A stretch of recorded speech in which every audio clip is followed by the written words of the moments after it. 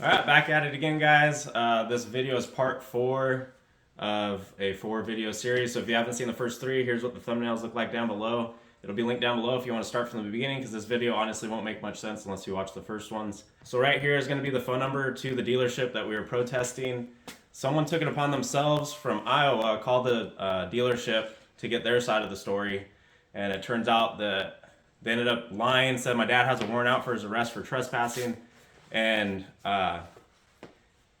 they're making up stuff. If anybody wants to take the opportunity to call them for their side of the story, here's the number below.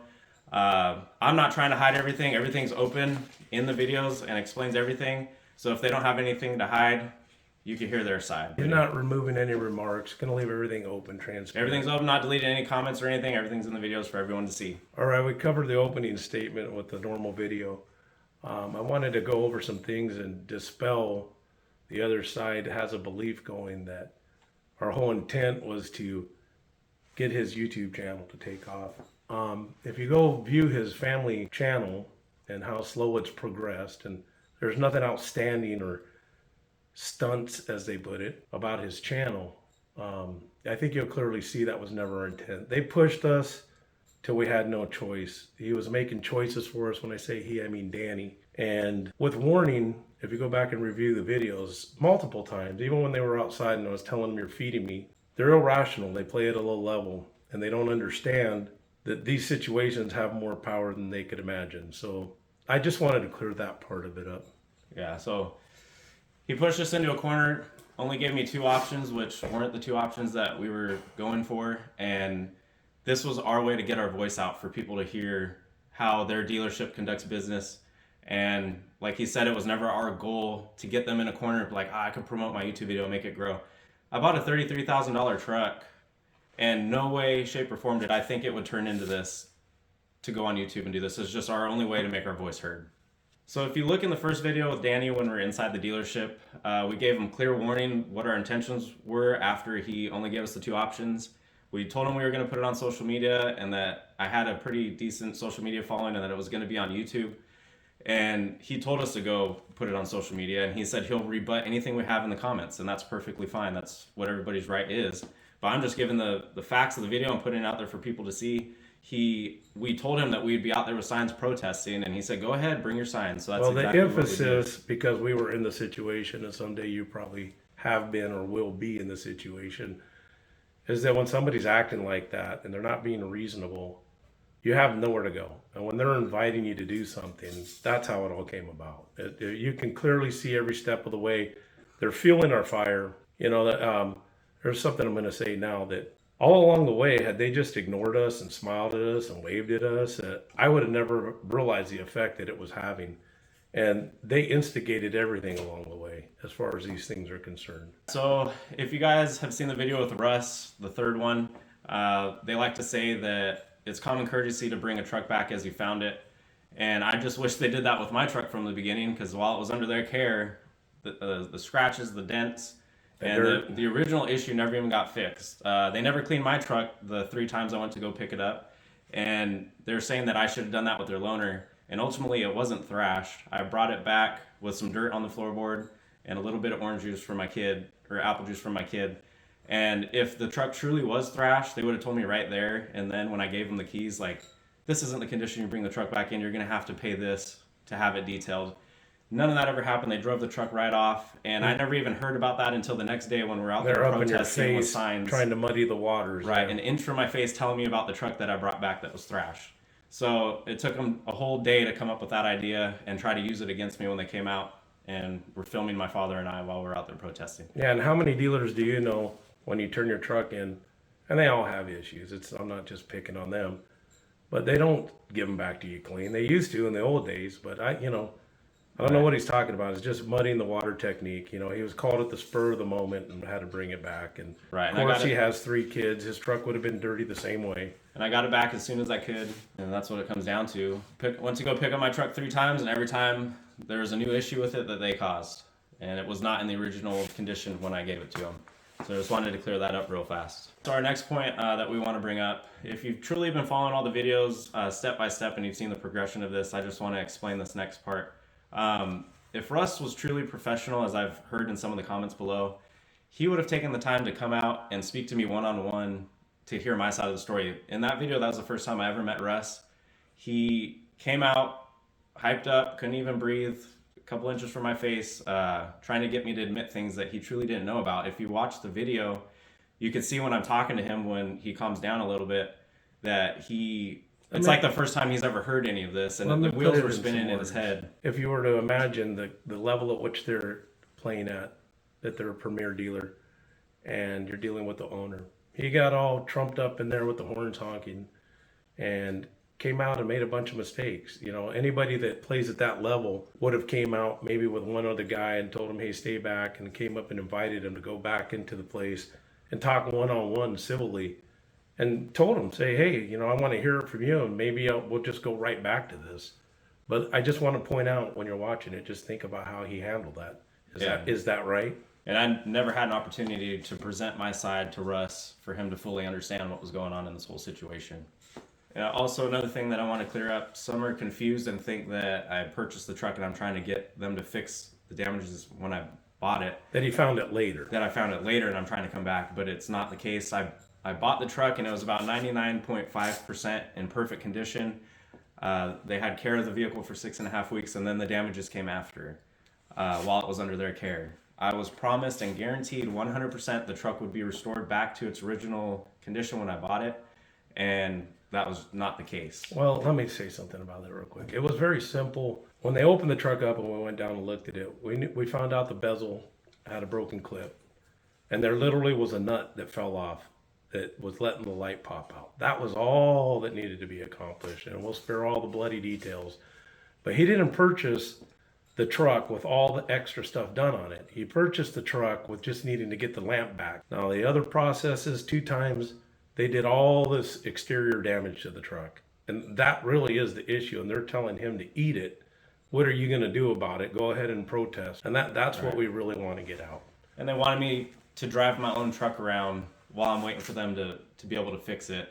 And over 6.5 weeks, they couldn't fix my truck properly for something so simple while I was driving their loaner. So if I took my truck from the dealership, there would be zero motivation for them to get this fixed in a timely manner. And that's ultimately why we couldn't take the truck back. What I want to say is, we've never done this before. This isn't our goal. We have no future plans to go out there and go get at all the dealers and make videos. It's a family channel. So what I want to say is, when we were pushed to do this, and we were pushed, Danny, I didn't know what to expect when we went out there. So I just want to educate everybody on how to do this sort of thing. I just want to say that when we went out there, it was a little nerve-wracking at first because I didn't understand how everybody else would feel. So we had one sign that said honk, and then I would gesture, and it got people to honk. When they honked, this is what made them desperate inside. This is what made them, it shut their whole place down. Two people shut their whole place down. They lost a day. From the owner all the way down to God only knows. They had guys running around in carts, honking alarms. Well, a lot of the things you didn't get on camera, when we first walked up, they thought we were a complete joke. They were laughing at us from the dealership, recording us, thinking we were a joke. They thought we were going to get kicked off with the police for trespassing, and they didn't understand the easement laws. And we ultimately proved to them that we could shut their dealership down in a day with 2 guys out there with $15 worth of paper and markers, having the support of the community. They were honking all day. We were out there for about 7 hours, and people were parking in their lot to come talk to us. We had more people speak with us about our experience than they had people shopping on their lot. So we just drove home to them that we had a lot of power, and they proved it to us through them coming out and getting aggressive with us. Well, what I just want to say is that it's outstanding power. And now, explaining to the people on the other side, I don't think you guys realize the power at first. I think you're figuring it out, and I'm really trying to help you here. In the future, people aren't going to take it no more. They have an avenue. We didn't have an avenue. That's what pushed us to get out there and do what we did. Yeah, it was strange. It was weird. But it wasn't when we were doing it. It was empowering and invigorating. So welcome to your future. Anybody and everybody has bought a car. People have had bad deals. It happens. Well, we've had people come up and give us our bad experiences with Phil Wright in Russellville. And now people were saying that they were happy that we were out there doing that because we were standing up for them, basically. And this whole experience just shows people what they can do. Yes, it doesn't take a lot. So our next point is while we were out there arguing, and even with Danny, they explained why do you have to get your daddy out here and help you with this? Ultimately, he's been involved with this whole exchange from the beginning, so he has lots of time invested in this. And in the Danny video, I spoke with him for 2 hours. The conversation was exactly the same as he had with my dad, and I was completely tapped out of options. So I had my dad. I was thinking maybe since my dad's older, Danny's older, they would have a mutual respect for each other, and maybe Danny viewed me as some punk kid, and he was just trying to get out of the deal. What? So I figured my dad would be able to possibly have different words with him, but ultimately the outcome was the same. My son, in my entire life, maybe except for when he was 1, I don't even think that, and calls me daddy. That is weird. I don't call him daddy. I call him dad. Somehow in one of the comments that started, and they believe it. And I don't. You go ahead and show me the video anywhere where he calls me daddy. So I just wanted to clear that part up. So ultimately, he was out there to support me, and that's all he was doing. And they ended up proving us right when they brought 5 of them out there versus me and him on the side of the road. Well, again, part of their tactics to muddy the water. When you look at all the points, they're pretty petty. It's like a bunch of teenage boys out there having a playground argument, you know, with a face-off. Yeah, and it's embarrassing to be a part of it, but they're the ones that brought that to us. So got to stand your ground, and we did. And as we said in the police video, we were there not to cause any violence, not to do anything in that way. We followed through with our promise. Them coming out, getting in our face, trying to antagonize us, and stayed calm the entire time. We're all going to have to be responsible for our actions, and everybody has opinions. You're going to read it whatever way you want, and lucky he went right to the brink and didn't go any further, because he would have had to be responsible for those actions. You could read into that whatever you want, but there are so many other ways he could have handled it. The whole thing with the police in Russellville are awesome. I'm sure it aggravated the owner because he didn't get his wishes, but the whole thing with these audits across America and why people are making money and doing this, it's to educate people so that the cops have to move within the same laws and uphold the laws and the Constitution. So when dealing with them, you have to be firm. You have to study and know your rights. But when you're on an easement, which you should read about what an easement is before you get into this, they will comply. And it's great because not so many police branches, and I mean police branches, it doesn't matter which one, understands this or would address the problem correctly. They were very, very cautious, non-egotistical, and they came to the right conclusion. And that's kudos to them. You can see how you're empowered to do what you need to do. But be polite, you know, you got to be firm at first to make them understand you know what you're doing, depending on how they act. But in the end, I'm not against police. We're pro-cop, pro-American. I used to be a cop. Yeah, all that stuff. Yeah. And they handled themselves terrific. They did awesome job. Yeah, we really appreciate Russellville PD. Their whole goal was just to not let anything escalate out of control. And ultimately, Phil Wright, Russ, came out to us while we were standing where we were allowed to stand, attempted to intimidate us, make things get out of control and see what they could get away with. Ultimately, they are potentially dangerous as a business. They're supposed to be professional business, and they came out and tried to get in our faces. Well, that's kind of where this part of it comes in, is that we are in a way going to bring this to an end because the mentality of these people, I don't think they were ready for what hit them. We weren't ready for what hit them. Yeah, it's the way it transpired. Really. We had no expectations for this to ever turn into this. I didn't know how it could turn out so well, but it's really educational for everybody. But the thing I take away with this, their desperation through the power of disturbing their whole business, we don't need that anymore. Fortunately, because they gave us so much power, they can just fight eternity social media now. Right. For 7 hours of us protesting, they escalated it to that level over $650. We don't need to be there anymore. I don't need Bubba to come beat me up for a good deal on a car. And that's what we're trying to say. If they were so quick to do that over one day, I have no idea. They were desperate.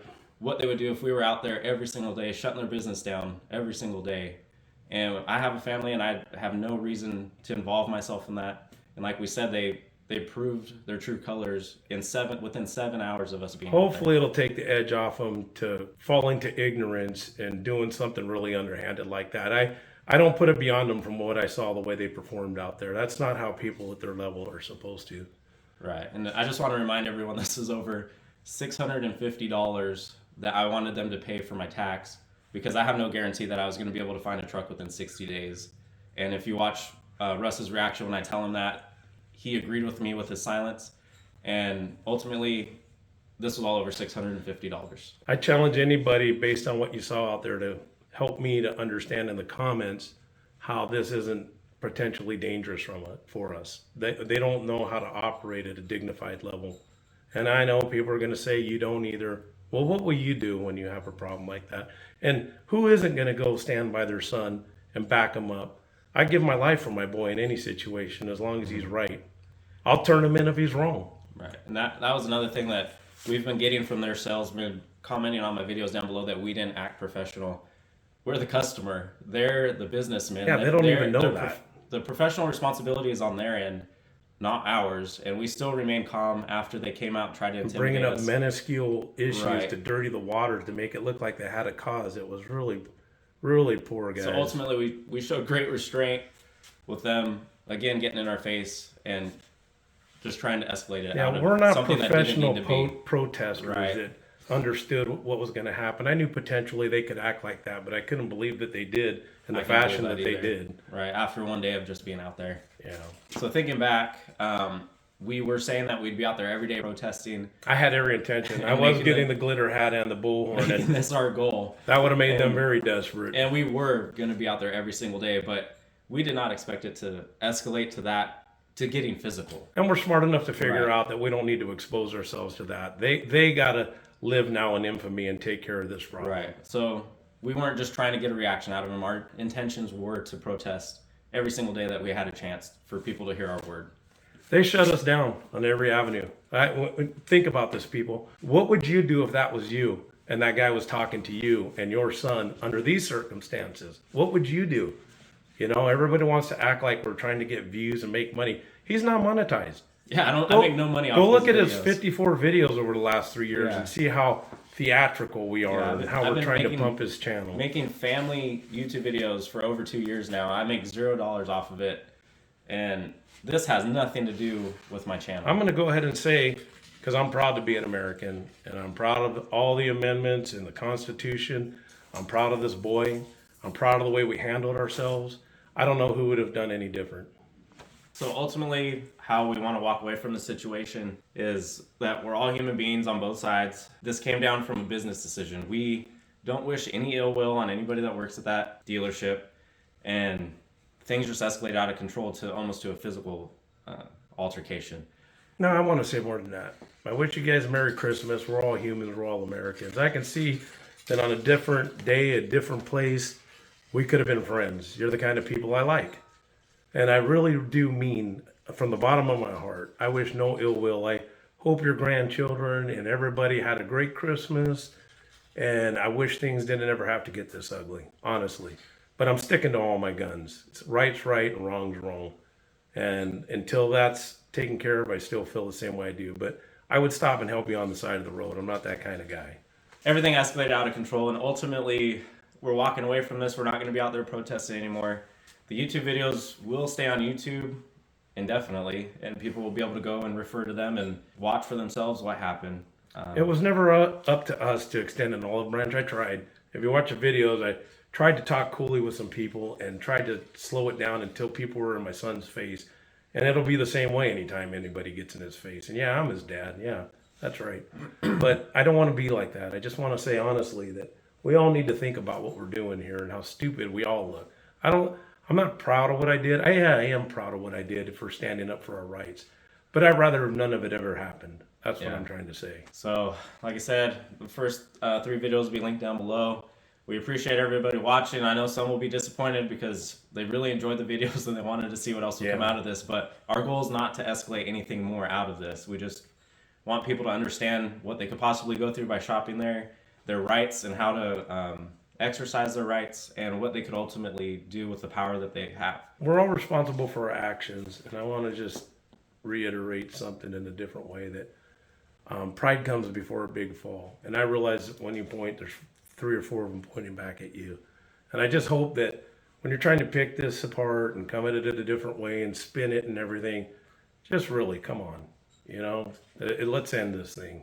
I think that sums up everything we have to say. I just want to finish. Phil Wright, we're always willing to talk. If you guys want to talk more about this after, we're not completely shut off from talking. And I just want to say thank you guys for watching, giving us your time, and ultimately learning from our experience. So how I end all my other videos that I've ever made, remember, one step at a time.